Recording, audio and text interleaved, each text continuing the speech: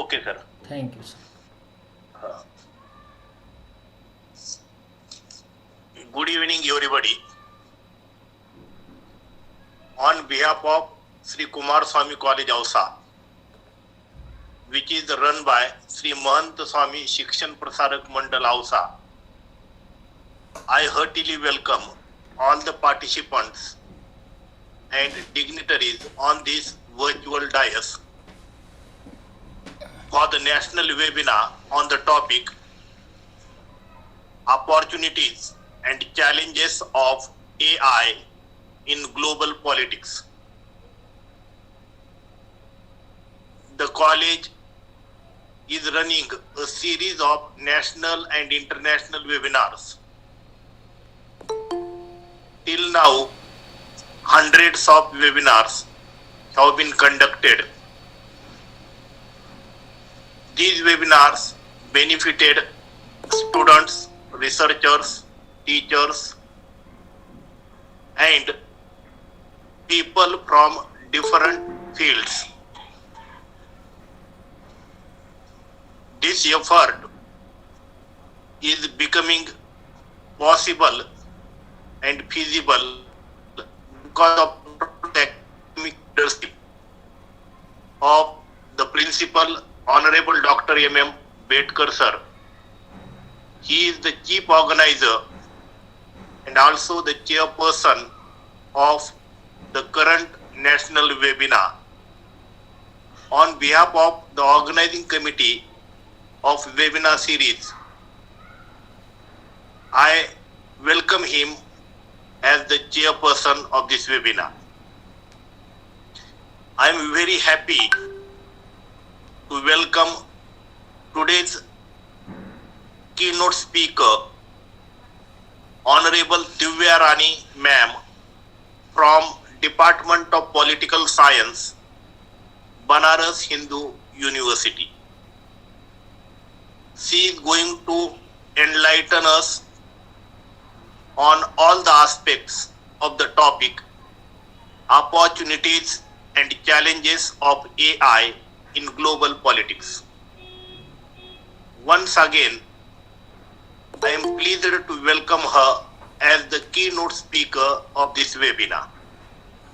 I also welcome all honorable organizing committee members, Vice Principal SD Misal sir, Ravindra Karanje sir, Praveen Udge sir, Sudhir Garad sir, IQAC coordinator Dr. Sanjay Kale sir, Ambadas Khillare sir, Dr. Dole ma'am, Dr. Patwari sir and Dr. Wadkar sir.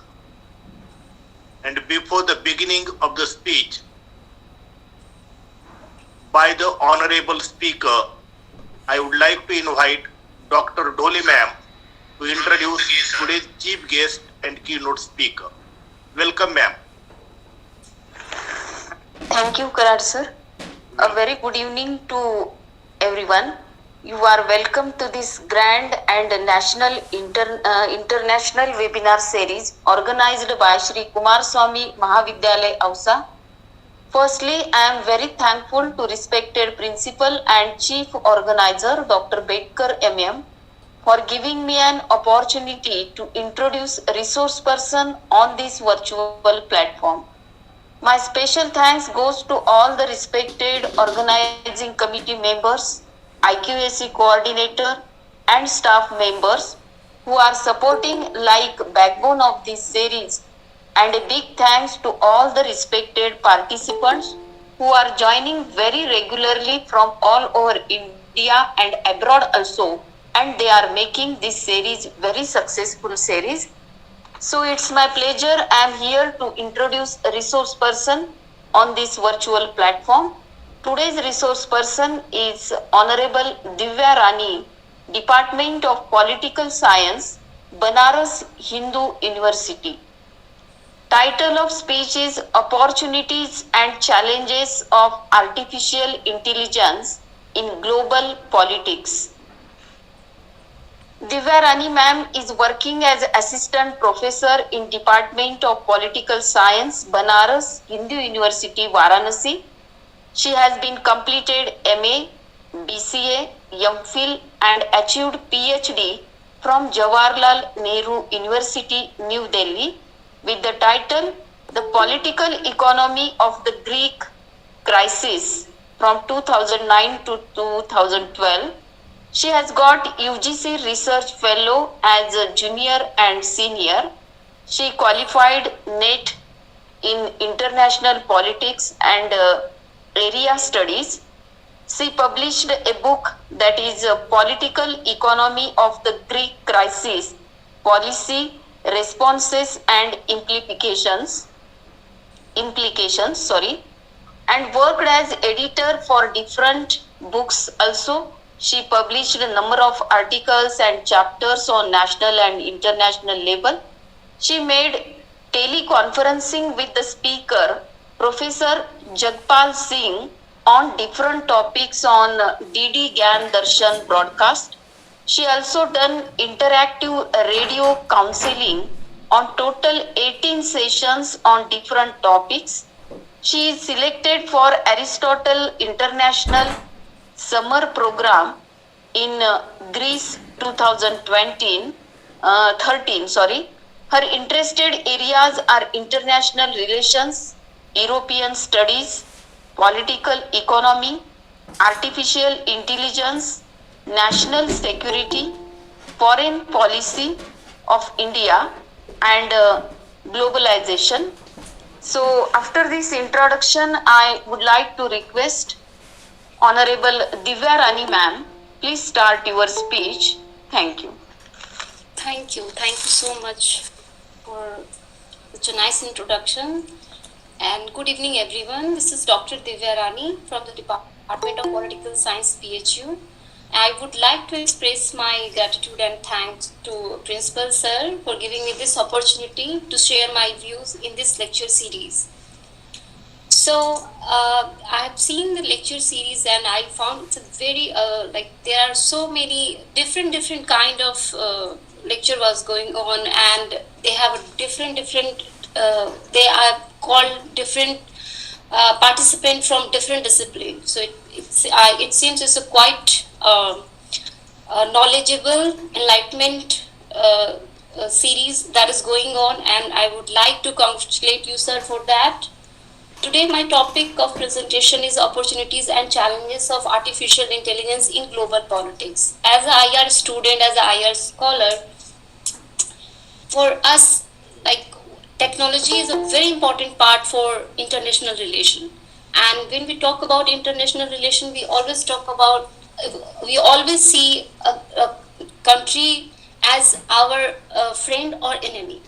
So today I am using global politics. That means I will interchangeably use international relation and global politics. In this session, I would be engaging how artificial intelligence is shaping or changing world politics. And I mean to say world order, because in IR we always talk about in a realist approach. Why I'm using realist approach? Realist approach is more like where you see world in terms of power. You see like the notion of powerful country. So before 90s, we had a very different notion of power, like where if you have a tank, you have a nuclear missile, that means you consider as a powerful nation.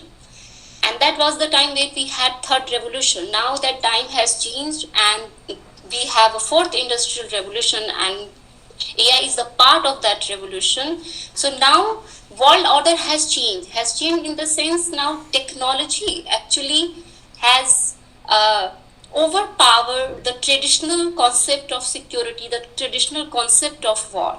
So that's all will come in the discussion part. So in global politics, our major concern is studying relation among nations, and that relation defined with strategic, diplomatic, defense relation or economic relations. That means every country has a relation with another country on the basis of these categories, because we can never say like, oh, India and Pakistan has relation. No, we always define a particular category in IR, like what kind of relation we are sharing. So every word has a different meaning, a different notion in international relation. So, so especially if we are talking about technology, it will come under strategic relation. Why? Because here your interest should be common. Strategic partnership is all about you are having a common interest, and that's why you are coming together to make relation so that you can be benefited from each other. So, as I explained, like every country has a relation, a particular relation, and that comes under different categories. While establishing relation, the important thing always policy makers keep in their mind is national interest and also security. These two things we cannot challenge and we cannot ignore when we make a relation with other nation. So if our security has been challenged by the partner, we don't make a relation with that country. So national interest and security. Why I'm using these two terms? Because these two terms actually artificial intelligence have impacted these two things uh, exponentially in contemporary time period. So, as I say, while establishing relation with other nation, national interest and security are always topmost priorities for policymaker. However, the notion of security has been changed after 1990s. That means the era of globalization and IT revolution. Now, traditional security, like after 1990, traditional security and security threats have changed into non-traditional security and security threats. What does it mean? It means like before 90s we were, if we are waging a war, there was a tank, there was an army was going and crossing the boundary and waging the war. But after 90s, what happened? When globalization happened, multinations company came. We have a different issues, like we have financial crisis, we have human right violations, we have environmental threats, we have climate change. So the kind of problems we used to have before 90s, and now the kind of problem we are facing, that has changed world, that has changed our policy also. So now we don't talk about traditional security threat, mostly we talk about non-traditional security threats that consider like human life, environment, bank, economy. So this kind of thing has come into the fora. National interest has also changed in the globalized and digital era. And recent time, especially in pandemic time, in COVID era, like for past 2-3 years, we have seen like how this digital thing have changed the idea of world, have changed the idea of human life. So it is going to be a new challenge that now I think IR theorists must be studying or researching on that. How we are going to deal this era, how we are going to define this era in future. As my topic is mainly focused on AI, but I would like to briefly discuss about the fourth industrial revolution, because AI is the part of this. So, what is fourth industrial revolution? What does it mean? According to Claus, he says it is a concept that used as umbrella term to frame and examine the impact of emerging technologies on all aspects of society in the early 21st century. And what comes under this fourth industrial revolution? It includes artificial intelligence, fifth generation mobile network, that is 5G, three-dimensional printing, cloud computing, robotics, drones, virtual reality, augmented reality, genomics, biometrics, blockchains, and metaverse. So the list is going on. Like we are adding new technology now. So that's why fourth revolution is an umbrella term. You can add anything. Even like recently, if I don't know, we can keep cryptocurrency in this scenario or not. We can add cryptocurrency in the fourth revolution or not. I'm not sure about it. These emerging technologies anticipated to provide human societies with the means to overcome global challenges. What are the global challenges we have? we have like disease, poverty, unemployment, ignorance, you know, a division of skill and unskilled labor, digital divide that India is also facing, because once pandemic happens, now India is forced to adopt digital world, is forced to adopt technology. So our like, but our populace are not ready because we don't have that kind of infrastructure. So of course, these problems, it's not only in India, it's in every developing nation. Technology has significant role in global politics. Since IT revolution, that is also known as third industrial revolution, has challenged the traditional notion of global politics. Initially, we used to talk about only sovereignty, we only talk about the power politics, we only think world as a US or USSR, and after USSR, US and other nations. So this technology has changed how you see the world, how you see the, so that's why we have now new emerging partners, we have new regional groups. So now we can read or study global politics in different uh, aspects. So there science and technology are also important. So but science and technology till 1990, they don't have that kind of impact on this global politics scenario. But especially 2010 and 2012, why I'm using, because we have deep learning at that time, we have machine learning at that time, and that's why it was a breakthrough in the global scenario. The fourth industrial revolution changing world rapidly. With that, I'm moving into the opportunities and challenges of artificial intelligence in global politics. So why I'm taking artificial intelligence? Why I'm only focusing on artificial intelligence? Because in fourth revolution, there are so many new technology have come up that we cannot discuss like the whole fourth revolution. We have to pick one for one lecture, because every aspect has a different impact, different kind of challenges. So for choosing our AI, there are particular reasons. There is not a single area where AI has not reached.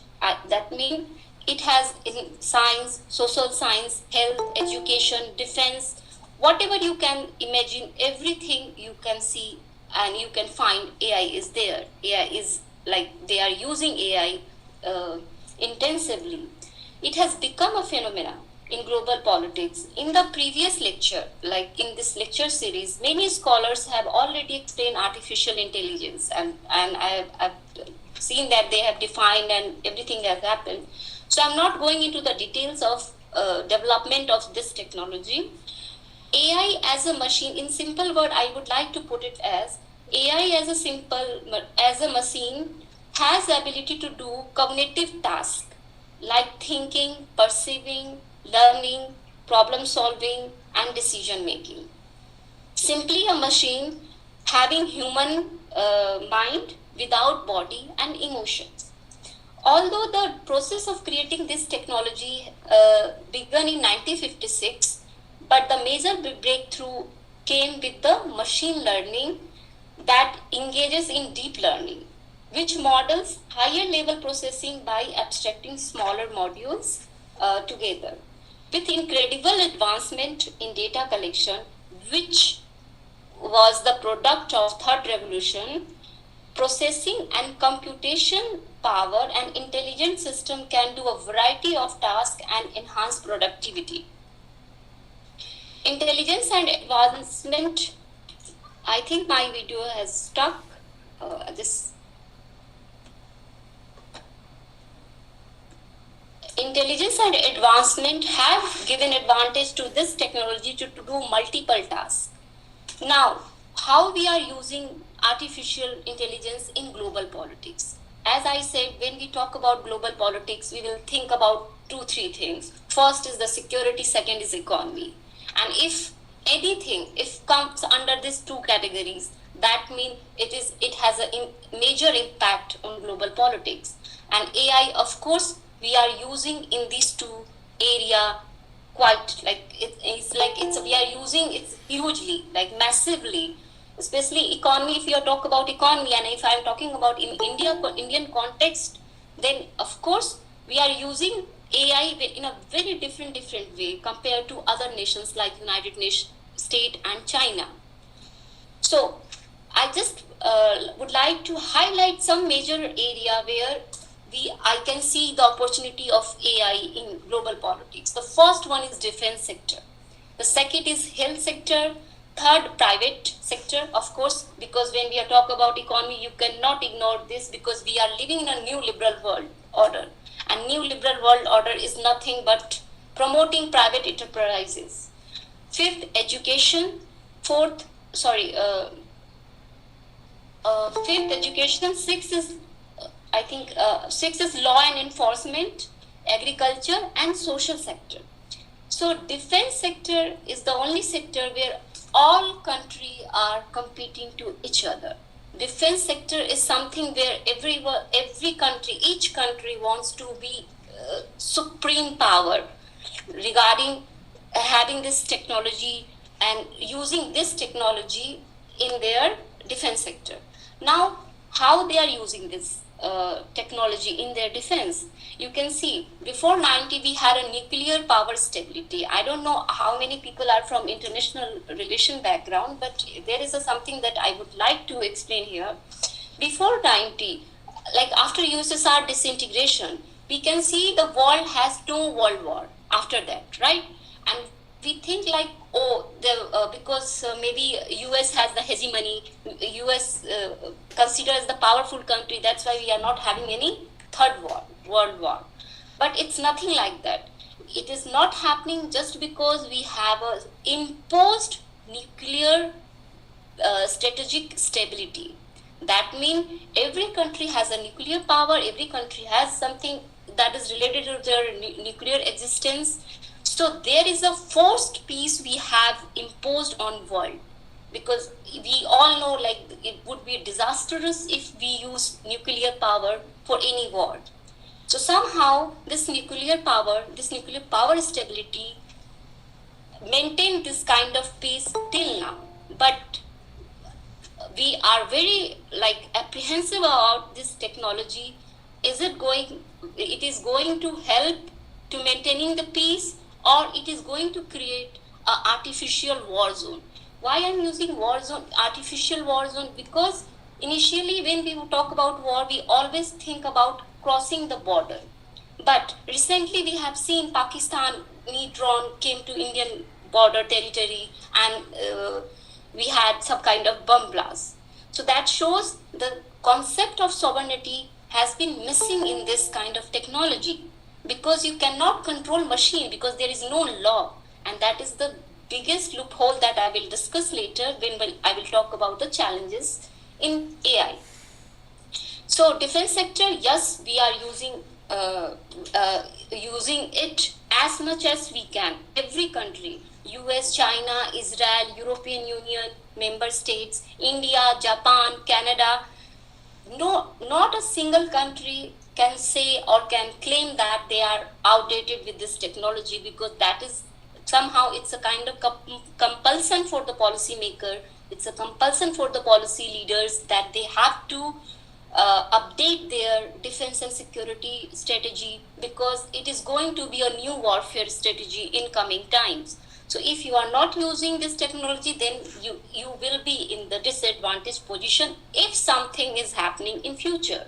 Because of course, US and China, they are competing each other, and they are making robots. If they are making army robots, so of course they are not going to keep in the museum. So it is going to be a perpetual war. It is going to be a perpetual zone.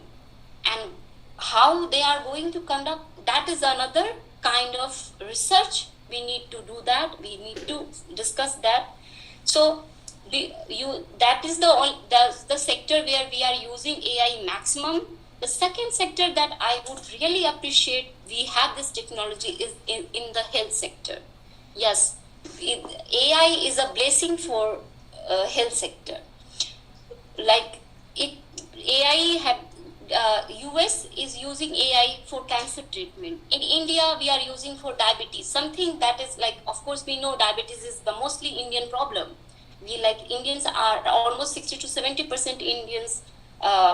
Unfortunately, they are diabetic patients. So it is going to be very helpful if we use in this sector.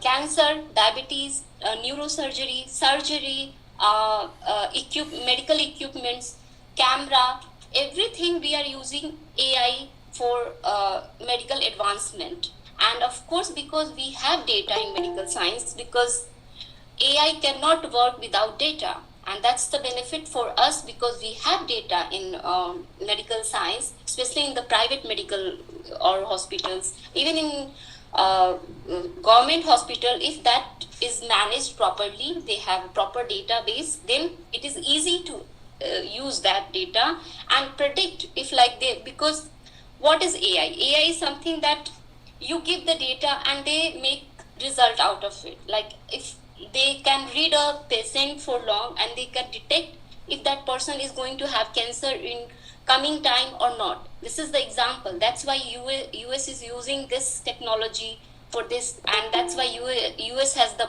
best treatment for cancer problem or disease.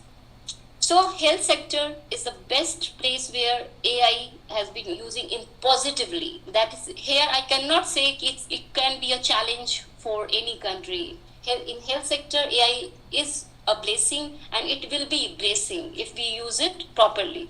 The third is private sector. Yes, private sector, it can be like, as I explained in defense sector, it can be a blessing, it can be a opportunity, it can be a problem for us. Private sector, yes, it has given advantage to this private enterprises, like Amazon. If, for example, Amazon, Netflix, what are they?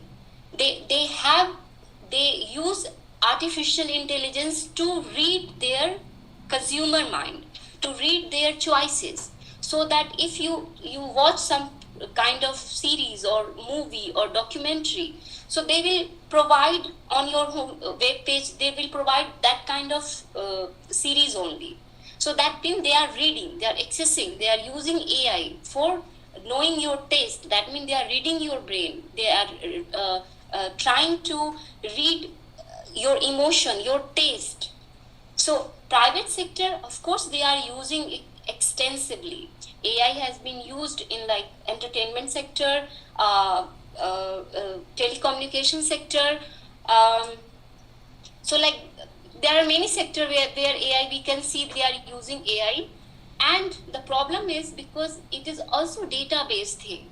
So problem is if this private entrepreneur, this private company, if they misuse our data, then it would be a very problem. Like if what we are watching, what we are doing, we are accessing our bank, online banking, online education, like we have our Gmail, our WhatsApp, everything.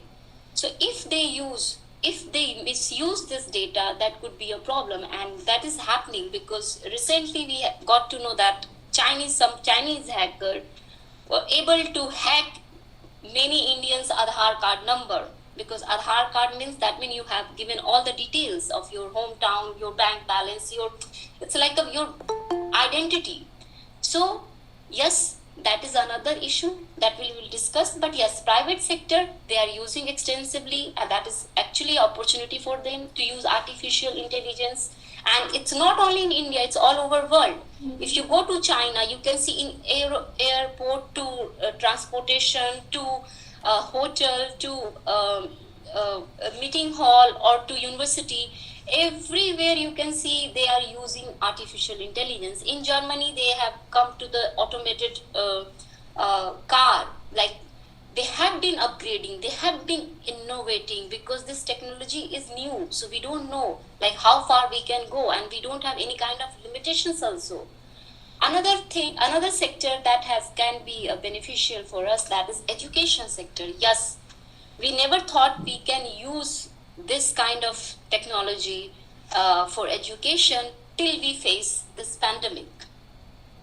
Yeah, but yeah, this is, we cannot say it's only AI. There is a like internet, there is a digital world, there is a different kind of mechanism we are using. That's the one example we are having this lecture because of this digital world. So AI somehow, where many university, I will give an example like in Oxford and in Harvard, that some PDF meeting was going on where interviewer were interviewing research scholar. So they have used AI to see that person is authentic or not. That they were using some technique there where they were using their face reading, eye reading, so that they can find out that person who's sitting miles away is actually authentic, is the person is the real candidate who is applying for this post or not. So yes, education, we are also using AI, but not that extent that we are using in health sector. Law and enforcement, yes, that's the another field where we can use AI, and actually we need some kind of law and enforcement for AI technology uses also. So that's a different debate. Like in legal framework, like in India, we can see like there are so many pending cases are still going on. They have like pile like so many files pile up in the room. So AI can also help there. It will segregate, like if this is the criminal case, this is the dowry case, this kind of thing. It would be helpful in legal framework if we use AI. But yeah, India, we don't use that kind of, because somehow we are also I can say we are not very technology friendly yet. So we have to change that kind of mindset. And if really policymaker wants to use AI in a good term, so they can use in social sector, especially in India. And in other world like Canada, in US, in China, they are using it. They are using it extensively. They are actually using it thoroughly now. The another sector that is like for developing nations, the country who they are agriculture based economy.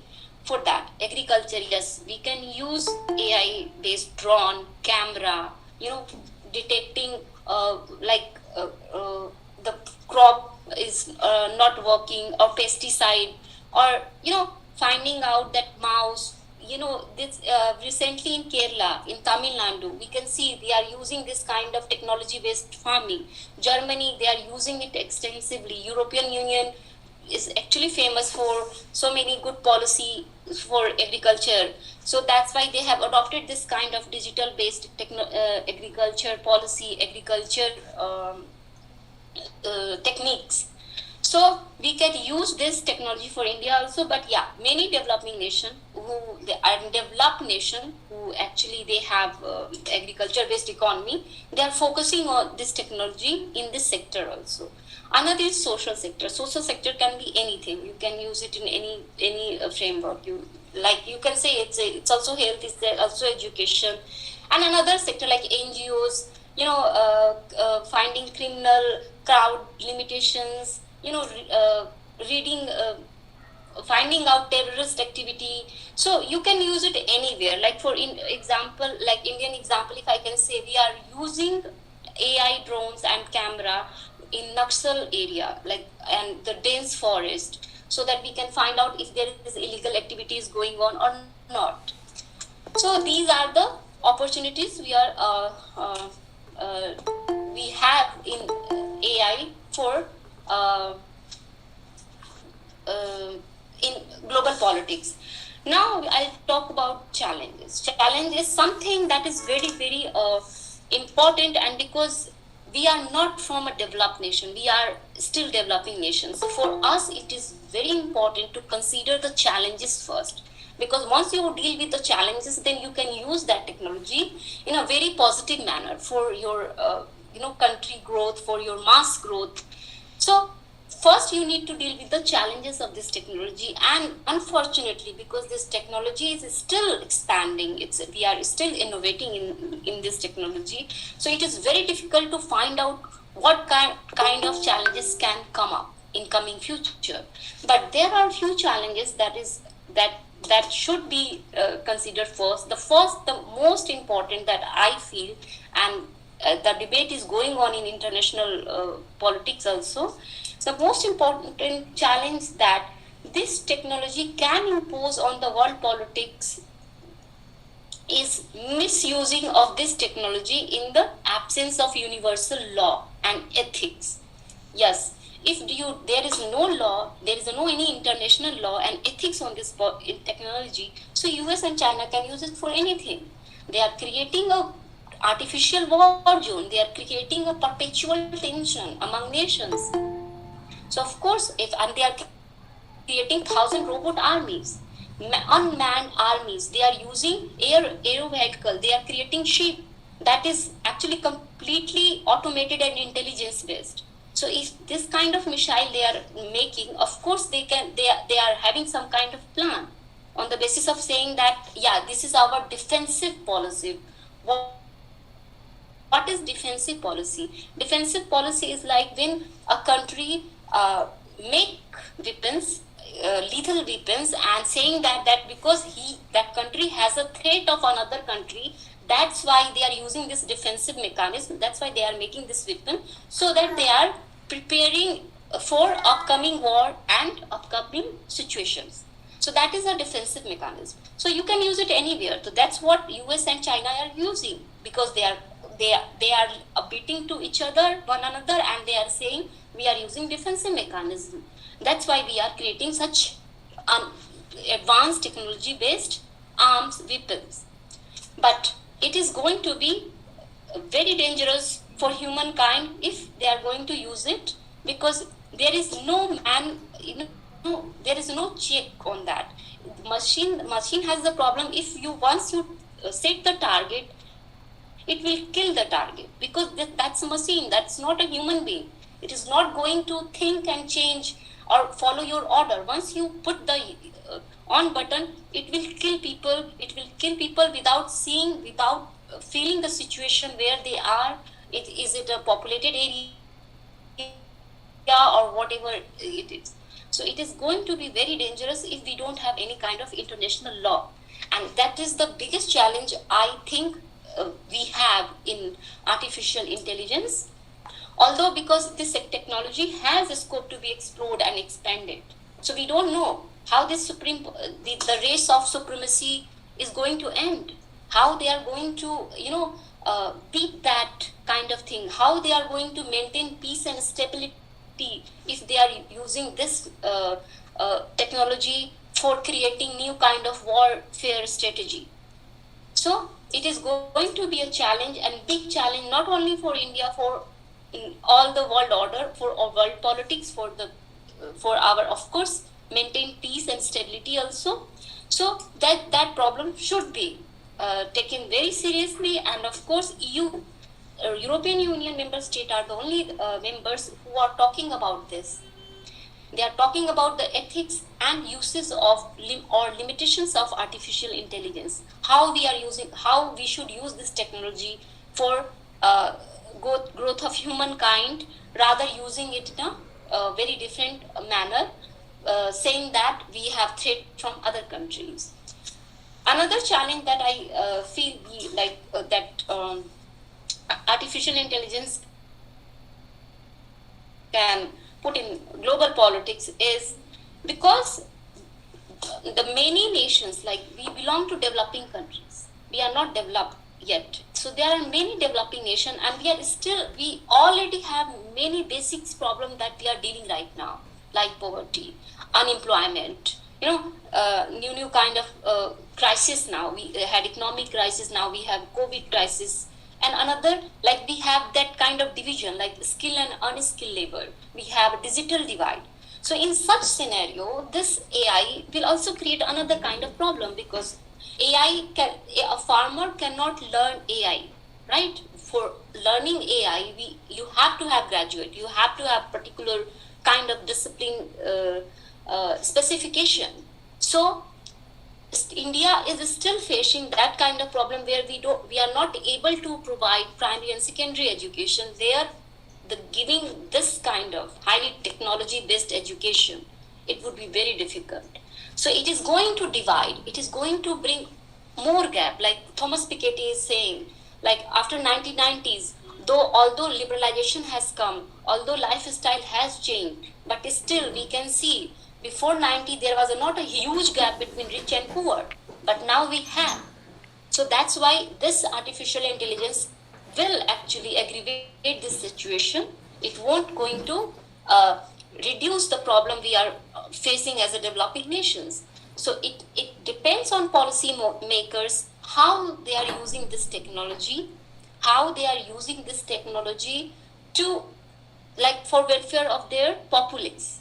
Because there is not a considerate policy, then it would be a disastrous, it would create another kind of gap that we have to deal again, like we have to deal in future also. The third challenge is data manipulation. Yes, because we have heard cyber crime, we are listing like so many data privacy problem. So this is also because this technology is also data based.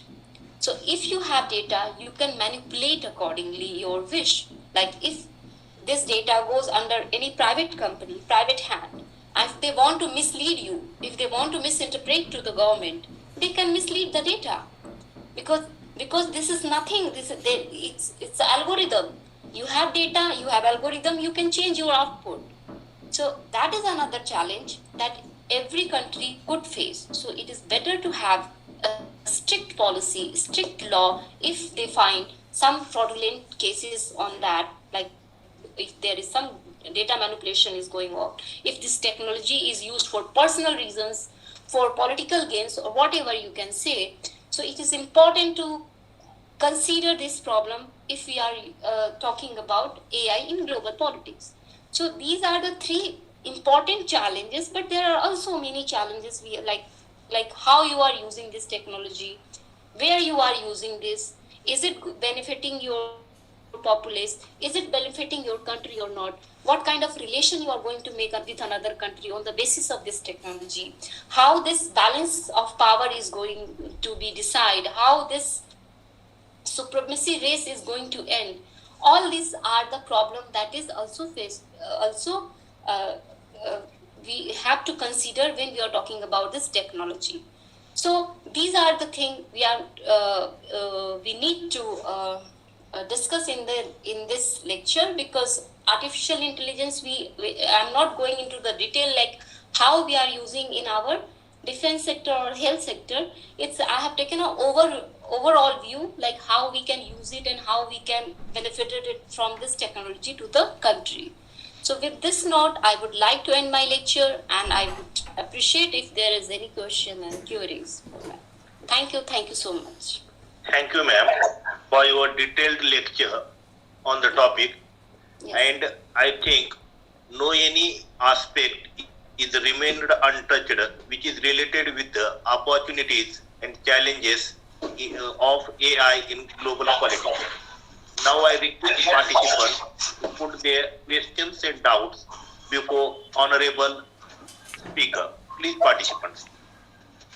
Good evening, madam. This is Badiuddin Ahmad from Hyderabad. Yes. It was quite interesting and informative lecture from your end.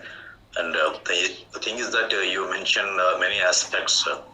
Having been so much advantageous AI, where the Indian government is failing, especially in the defense sector. When we speak of, as you rightly mentioned, the Pakistani drone has come into the Indian field, or Chinese are getting into it. And the recent happening where our CDS has been died in the helicopter, crash in Coimbatore. What is that? It is told that Indians are good at mathematics and English, and that especially in the software field, or say in the artificial intelligence. Having said that, where is the lacuna where we are failing in our progress? Sir, I would be very honest to you. I think, we have good mathematician, we have a good number of engineers also, and as I explained that private sector we are using it perfectly. But the problem is, sir, we still very, very far behind of like US and China. And of course, the plane crash you were talking about, that was not very, I would say it was not very advanced based technology they were using in aircraft. So that is the sad part. And of course, we need to spend more money. We need to have a more policy and actually stable policy, strong policy on AI usage in defense sector, because we are not up to the mark. Yes, we are using drones, we are using in the shipcraft, we are using in the aircraft, we are using in this spacecraft, but not that much, sir. If you go to the detail, if you read the data, because of course, I am not because I told you, because we are a developing nation. We have our constraint also. We cannot, and in defense sector, you cannot put your GDP like that. Madam, I interrupt you with an apology that you are using the word we are developing nation, having 75 years of our independence. No, sir. How long you can I be would like to, developing no, sir, nation? please listen. Because in international politics, the course, the subject I'm from, there is I'm not saying India has not developed since independence. We still, because we have particular name, like as I said, we have a different relation, like strategic and diplomatic and this kind of relation. वैसे ही we define countries in terms of developed and developing nation. And we have particular indexes where we define why we are saying India is developing. So, sir, yeah, according to that universal index, we still belong to developing nation. We are not developed, sir. This is international politics. मेरा बोलने का मतलब ये है कि हमारे पास education में we stand number 3 into the world, and सब चीज रहने के बावजूद भी इतने अच्छे highly intellectual people are available in India, and we have very excellent strategic people are available. We had a person like that RBI ex-governor who is serving for the US. There is a lot of brain drain. It was told that in what we call Silicon Valley, 47% Indians are working. Why can't we have that? That we are losing that. Really, it's really, as you being international relations expert, you could really make people aware of this fact. Sir, I'll answer you in one sentence. Because we spend very less on R&D, research and development. And that is the biggest loophole of policymaker. I think this government is trying to, maintain lessen the gap of R&D cost. Because India, although we have everything, but we have a very, very less amount for research and development. And that's why there is a brain, whatever you can say, brain, or people are going outside. Yes. That's the only reason. Because even as a student, I'm telling you, because as a student, as an international politics student, if I want to do some research, I don't get any institution. Like India is still behind the AI in terms of research and development. US is the number one because they have been publishing, they have been researching, and government is providing fund. China has a particular deadline, like till 2025, they are going to spend huge amount on research and development on AI. So, sir, I'm sorry to say, we are working on that, but we need to work very strongly. Sorry, Bedkar sir, मैं माफी चाहता हूँ, मैं थोड़ा media से prolong कर रहा हूँ discussion. Who is stopping us? कौन हमको stop कर रहा है to go for his R&D, to because go for? Of our, sir, as a developing nation. Let me complete. See, Germany was destroyed in 1918 in First World War, and Japan was destroyed in the 1945. They could regain a good position in the world. Why can't India? Yes. That is my concern about as an Indian national. As a IR student, I won't say like we are not doing much, but still, sir, the problem is I have some constraint. I cannot say everything in online mode. There is a misinterpretation of everything, right? Yeah. So as in Indian, we also facing many problems, sir. We have poverty, we have unemployment. Sir, we have basic infrastructure issues. So till we deal with those issues, we cannot just jump on the top stair. That's People like you. Sir. We are still in between. We are not at the lowest. We are not at the highest. We are in between. So how long we will be in between? That is my concern. The next generation. It's my concern also. Yeah. No, we need to do something. You people like international relations expert, people like Bedkar sir, people like me, we are all intellectual. What we are contributing, we are not contributing. Being academician, or we are just helpless condition. How long we keep our country like only the No. this? My presentation, my research work is all about this. Like we need some push kind of Yes. thing right now. We don't need laid back system. Yes, exactly. Thank you so much, madam. Thank you so much. Ma'am, do you know something about embedded systems, or you are only have masters in artificial intelligence? No, I have mastered in international relation. My graduation in computer science.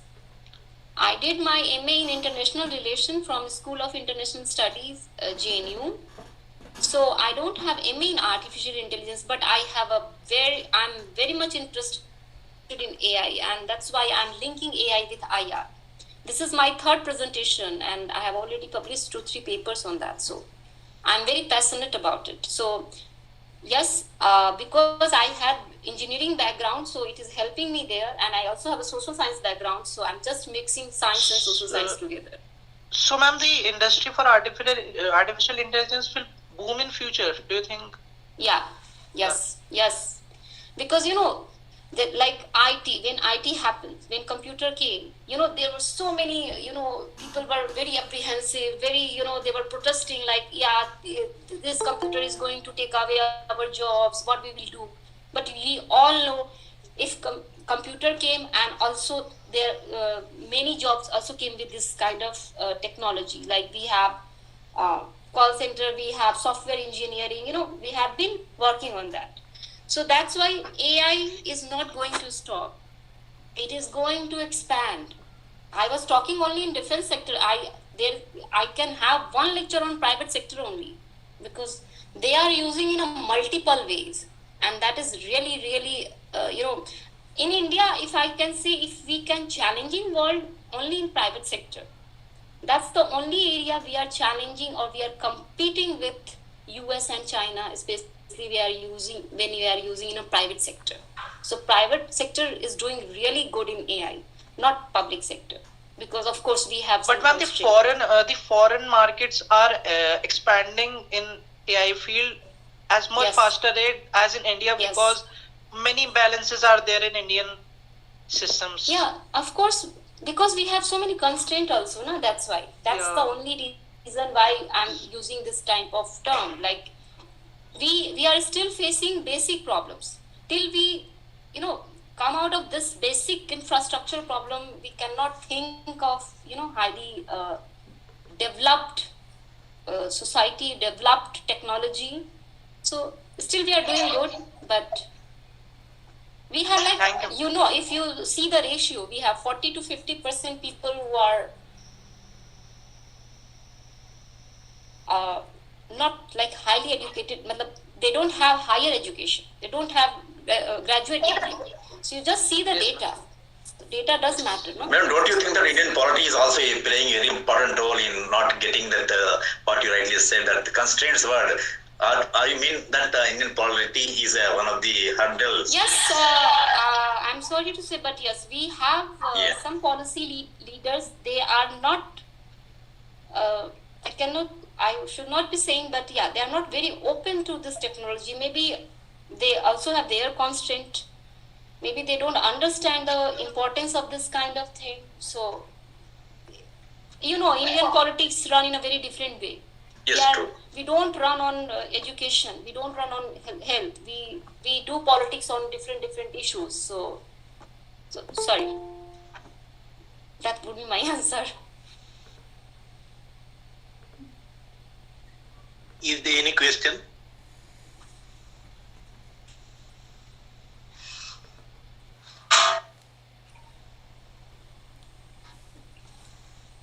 Thank you. I think, sir, I was on the time. I think I maintain my time. Yes, perfectly. Yes, ma'am. Just within 5 minutes, you will be relieved. Oh, thank you, sir. Thank you, Dr. Badiuddin sir. Thank you, Syed sir, for your questions and doubts. And thank you, ma'am, for your excellent answers and explanations. And now, after this discussion session, I would like to invite Chairperson of this national webinar, Honorable Dr. M. Ambedkar sir, to present his concluding words. Please, sir. Thank you, Professor Karad sir. I am audible, sir? Yes, sir. Yes. Okay, thank you. Yes, sir. Yes. And today's resource person, keynote speaker, Dr. Divya Rani madam. Everyone was asking only Divyarani, but because of the first communication of just doctor, just I have read from your profile, there was not doctor, but you are PhD holder, Dr. Divyarani. I don't like showing off, sir. That's why I Yeah. always keep my name for Divya. And all my organizing committee members, including Dr. S.D. Misal sir, Vice Principal, Professor K.N. Kadam sir, Dr. Professor Prakash Karar sir, Dr. Anita Dhole madam, Dr. Dayanand Patwari, Shri Karanjas sir, Shri Udge sir, Prashant Ughade sir, respected Dr. Badruddin Ahmed sir, and Professor N.B. Chaudhary sir, who is retired but still joining daily to this webinar, Dr. Professor N.B. Chaudhary sir, Nilima Dikshit madam, and Joshi madam, all the resource persons and the participants and students, those who are joined newly here and joining daily. So when I was reading the topic at first sight, then I was always jumbled because artificial intelligence and relation of this artificial technical subject with the social subject of political, it was very different for me for thinking, but you cleared everything, because artificial intelligence can be powerfully used in building our international relationship, in security, economy, all these things are very clear. Before 10 years I was attending a course of refresher or orientation maybe. At that time one example was given by that resource person, XYZ country which is running some nuclear plants, and YZ means second country was introducing software such that it can't run properly. So that was the example. I don't give that country example. So as you said that today is the war not beyond the border or not crossing the border, but that can be done with our lab or with our home also.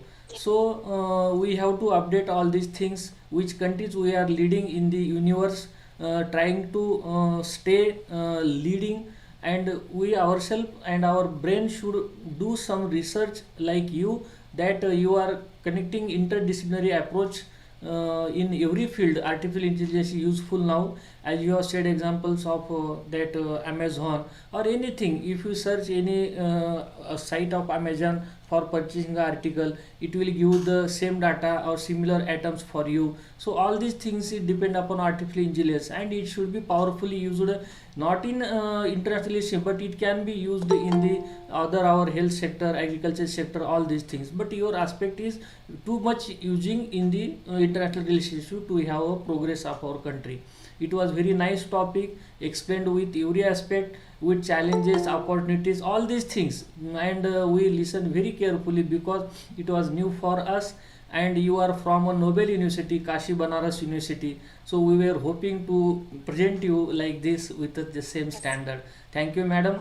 You are also given discussion with All India Radio, Doordarshan, all these factors, those who publics, all these media. So you are having bright career with this, and thank you for joining here by accepting our invitation of our college, and it's very proud to us that you are a resource person of this series. Thank you madam. Thank you, sir. Thank you so much. Thank you, Diya, madam. Thank you so much. It was very quite interesting. Could you just share your mail ID, madam, so that we can have you also? I am representing Central University, like your university is Banaras University. I am from Mount Azaz University, Hyderabad. So, like, have you? Sir, I'll just write down my email ID. Unless you just write down in the chat box, I'll copy it from the chat box, just mail, so that I can contact you through mail.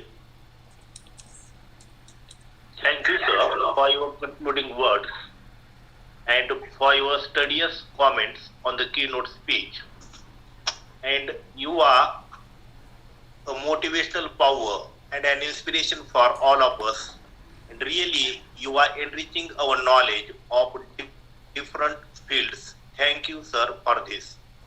I also thank Honorable Dr. Divyarani ma'am, who has accepted the invitation of our college and graced all of us with the excellent delivery of the keynote speech on the topic. And in short, I can only say that the lecture was excellent, and this word I think may be sufficient or may not be, but the topic was well explained by you. So on behalf of the organizing committee members I heartily thank you for this topic and for this lecture. Thank you, ma'am. Thank you, sir. It's so unfortunate we are using this medium to interact with each other. I hope in future we'll meet in person. So thank you, sir. Thank you for giving me this opportunity. Yes, I'm very passionate about this topic, and I'm just trying to make it as simple as I can. This contemporary topic here is good. It was good. In the correlation between this AI and international politics, really great. Ma'am, the topic was simplified in such a manner that we all understood it, and the topic is also very important. Thank you, ma'am. I also thank all organizing committee members who are providing different topics from different fields for we people. I also thank Dr. Dhole ma'am, who has given very good introduction of the honorable keynote speaker, and all the participants who are the heart and soul of this webinar series, who are joining this webinar series from different corners of the country and also from abroad. So on behalf of organizing committee, I thank them also. And now I request all the participants to fill feedback link so that they can receive their certificates. And with the kind permission of honorable chairperson of this national webinar, I declare here that today's webinar is over. Thank you very much, everybody. Thank you so much. Thank you, madam. We will again invite you physically also, because there is train Patna Express from Kashi to our place. So in future for Really? yes. In future for our international conference, you will be guest, and we will invite you after this situation when it will be normal for us all. Thank you, madam. Thank you, sir. Thank you so much.